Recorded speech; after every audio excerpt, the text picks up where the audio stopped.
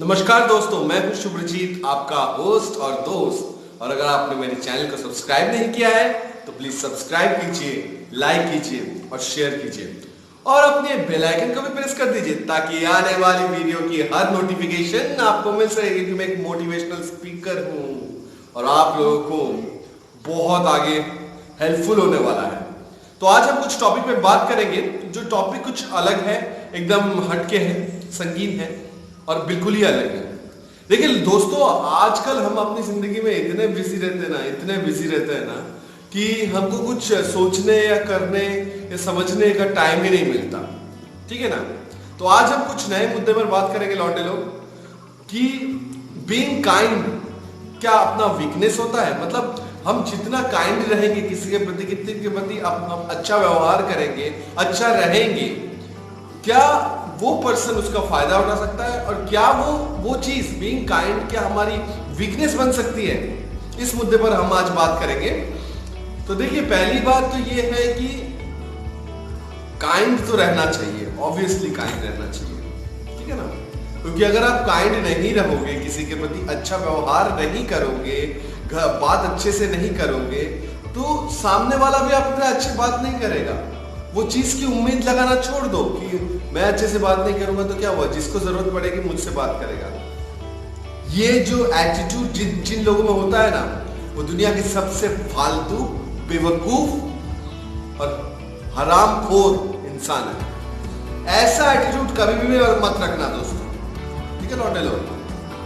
तो मेरा बोलने का तो पहला यही मतलब है कि पहले आप लोग बात भी अगर कर रहे हो किसी से तो अच्छे से बात कीजिए ताकि सामने वाला भी अच्छे से रिप्लाई करे। तो यहाँ पर क्या फंडा क्लियर हो गया आपका कि काइंडनेस होना कितना जरूरी है। मान लीजिए आप अगर किसी जॉब के इंटरव्यू में गए हैं, जॉब के इंटरव्यू में क्रैक करने के लिए, और अगर आप किसी के प्रति जो इंटरव्यू ले रहा है, मान लीजिए आपका 5 साल का एक्सपीरियंस है, 6 साल का एक्सपीरियंस है, और उस इंटरव्यू को 12 साल का, 13 साल का एक्सपीरियंस है। अब आपके एटीट्यूड में आप क्या है, हाँ मैं इंटरव्यू दे चुका हूँ ऑलरेडी, मैं ये भी छोड़ दूंगा तो वो भी मिलेगा, ये भी छोड़ दूंगा वो भी मिलेगा, इस ऐसे एटीट्यूड में आप गए वहां पर। हुआ क्या, आप इंटरव्यू पैनल में बैठे हैं, वो बंदे को yes sir what is in your CV, tell me, वो पूछेगा tell me about yourself which is not in the CV. Sir already everybody is no that I have completed 6 years of experience and जो भी आप ब्ला ब्ला ब्ला बोल रहे हो, उसको वो बोलेगा मुझे तेरे 6 साल के एक्सपीरियंस से मैटर नहीं करता, मुझे मैटर करता है तो अभी क्या बोल रहा है, अभी क्या परफॉर्म कर रहा है, तेरे में स्किल सेट क्या है, तेरा इंडिविजुअलिटी क्या है। सबसे बड़ा होता है बिहेवियर, काइंडनेस। वही अगर नहीं है ना, आप इंटरव्यू में कभी भी सिलेक्ट हो ही नहीं सकते। ठीक है। तो ये तो एक पहलू हो गया कि काइंडनेस कितना होना जरूरी है और काइंडनेस होने के क्या क्या फायदे हैं और वो कितना पॉजिटिव है। ठीक है ना। अभी आते हैं नेगेटिव साइड पर। नेगेटिव तो नहीं बोलेंगे उसको, कि बोलेंगे क्या वीकनेस हो सकता है काइंडनेस हमारा। मैं बोलूंगा कि देखिए, कुछ कुछ क्षेत्र में हो सकता है और कुछ कुछ क्षेत्र में नहीं हो सकता है। जहां जरूरत है वहां काइंडनेस से काम लीजिए, जहां जरूरत है वो बम्बू से काम लीजिए। सही बात है। अब a person can not be good at all the times, in each and every aspect he can not be good. That is the point, my bro, that is the point.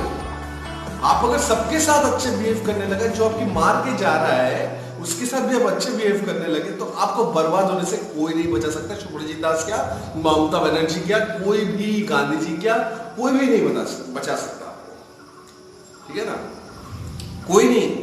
आपको अगर बर्बाद होना लिखा है, आप अगर खुद से बर्बाद होने के लिए चाह रहे हो, अभी जैसे आप देखो एक्टिंग इंडस्ट्री में आप जाते हो, कितना अच्छे से बिहेव करते हो, ये जो कास्टिंग डायरेक्टर्स है एंड ऑल। ठीक है।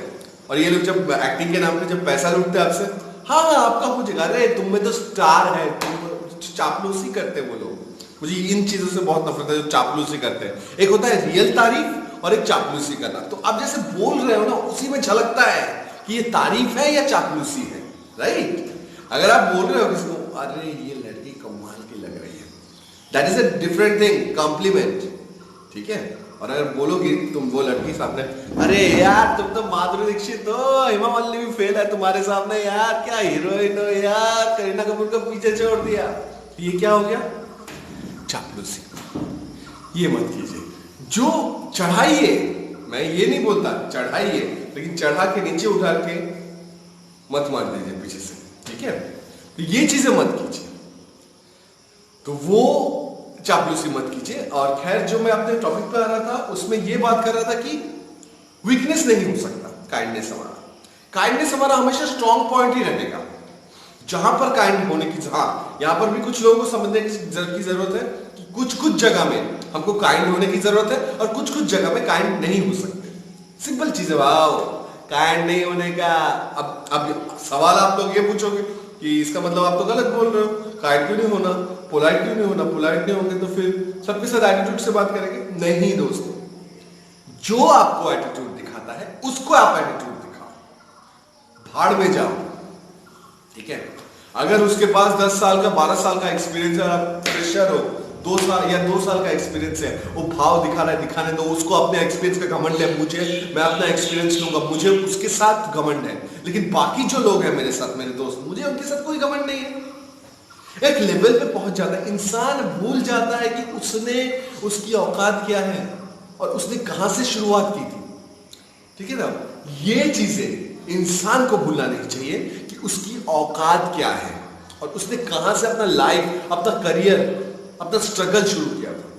वो भूल जाता है, बड़े बड़े बंगले का मालिक बन जाता है, 4 लोग, 5 लाख, 10 लाख, 20 करोड़, 1 करोड़। और एक दिन जब वो पैसे का उसको रोग बहुत ज्यादा हो जाता है और उसके मन में शांति नहीं रहता है, सुकून नहीं रहता है दिल पे, तो वो अकेला पड़ जाता है, घुटन होने लगता है, फ्रस्ट्रेशन में पता नहीं अजीब अजीब ख्याल आते हैं, या तो वो कोई बीमारी से मर जाता है या वो खुद ना खुद सुसाइड कर लेता है। इसलिए हमको कभी नहीं भूलना है कि हमारी औकात क्या है, हमने कहां से शुरुआत की थी। वो अगर हम भूल गए ना तो भगवान भी हमें माफ नहीं करेंगे। तो काइंड हमेशा रहना है यार।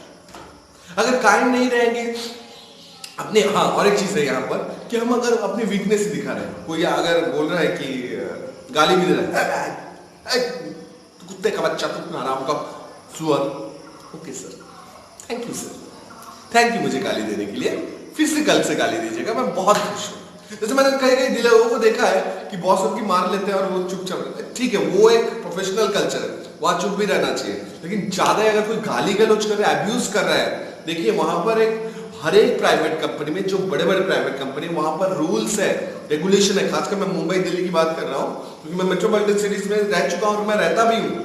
भले ही मेरा घर कुछ बिहार वेस्ट बंगाल में हो, लेकिन मैं वहां पर रहता हूँ। अगर कोई बॉस आपको बोला, मैं स्लैंग वर्ड यूज नहीं कर रहा हूं, लेकिन वैसे एक बार बोला, 2 बार बोला, 3 बार मारो मत, कुछ मत करो, सीधा एचआर को कंप्लेन करो। उसकी ऐसे बैंड बजेगी ना, वो दूसरी बार ना आपको बोलने की हिम्मत नहीं रख सकेगी। अगर कभी कभी ऐसे भी होता है कई कंपनी में कि वो काम अच्छे से सिखाते नहीं है और सीधा करने दे देते हैं, और उसके बाद सीधा गाली गलौच एंड ऑल। तो गाली गलौच एंड ऑल करने का आपको मतलब साहस किसने दिया? एक एम्प्लॉय है, वो कर नहीं पा रहा है, कुछ नहीं कर पा रहा है, आप उसको वार्निंग दो। वार्निंग नहीं हो सकेगा तो एचआर से बात करो, एचआर से बात नहीं करेगा तो निकालो। लेकिन ऐसे गाली देके पर्सनल अटैक मत कीजिए।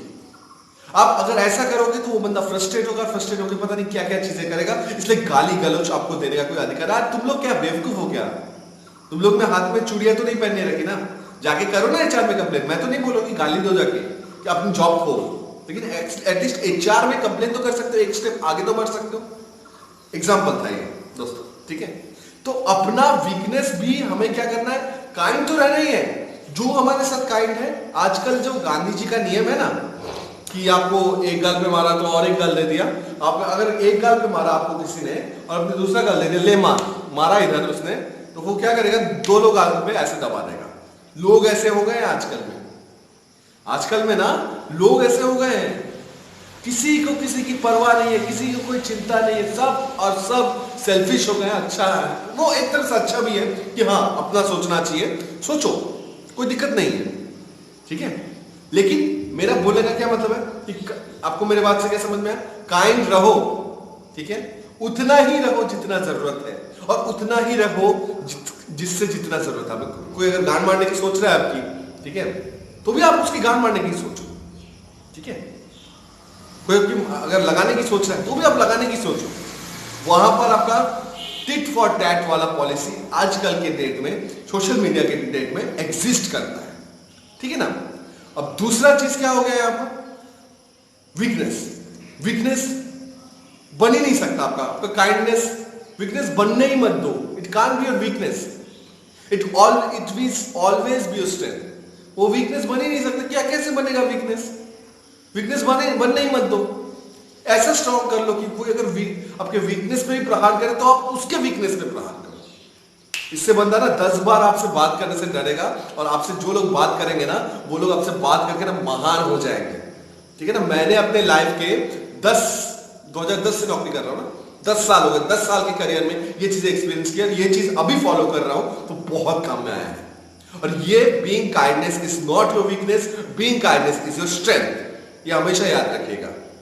और अगर आपको मेरे वीडियो पसंद आ रहे हैं, ये वीडियो पसंद आया तो प्लीज लाइक कीजिएगा, शेयर कीजिएगा, सब्सक्राइब कीजिएगा, क्योंकि ऐसी ही वीडियो मैं हर रोज आपको मोटिवेट करने के लिए लाता रहता हूं। सुशांत सिंह राजपूत गए तो क्या हुआ, बहुत दुख तो है मुझे उनके जाने का, बहुत दुख है, लेकिन उसी दुख को बैठकर हम नहीं बैठ सकते। हमको मोटिवेट होना है, इंस्पायर होना है, दुनिया में एक ऐसा कुछ करना है, ऐसा झड़प मचाना है कि दुनिया हमें बोले ये करण जौहर, ये यश चोपड़ा, इनको बॉयकट करो, इनकी फिल्मों को बॉयकट करो, और दुनिया में ऐसा कुछ करो कि दुनिया करना चाहे आपके जैसा। सोशल मीडिया की ताकत को दिखा दो। और अगर वीडियोस अच्छी लगी है तो सब्सक्राइब कीजिए और बेल आइकन को प्रेस कीजिएगा, ताकि आने वाली वीडियो की सारी नोटिफिकेशन आपको मिलती रहे। धन्यवाद दोस्तों, लव यू।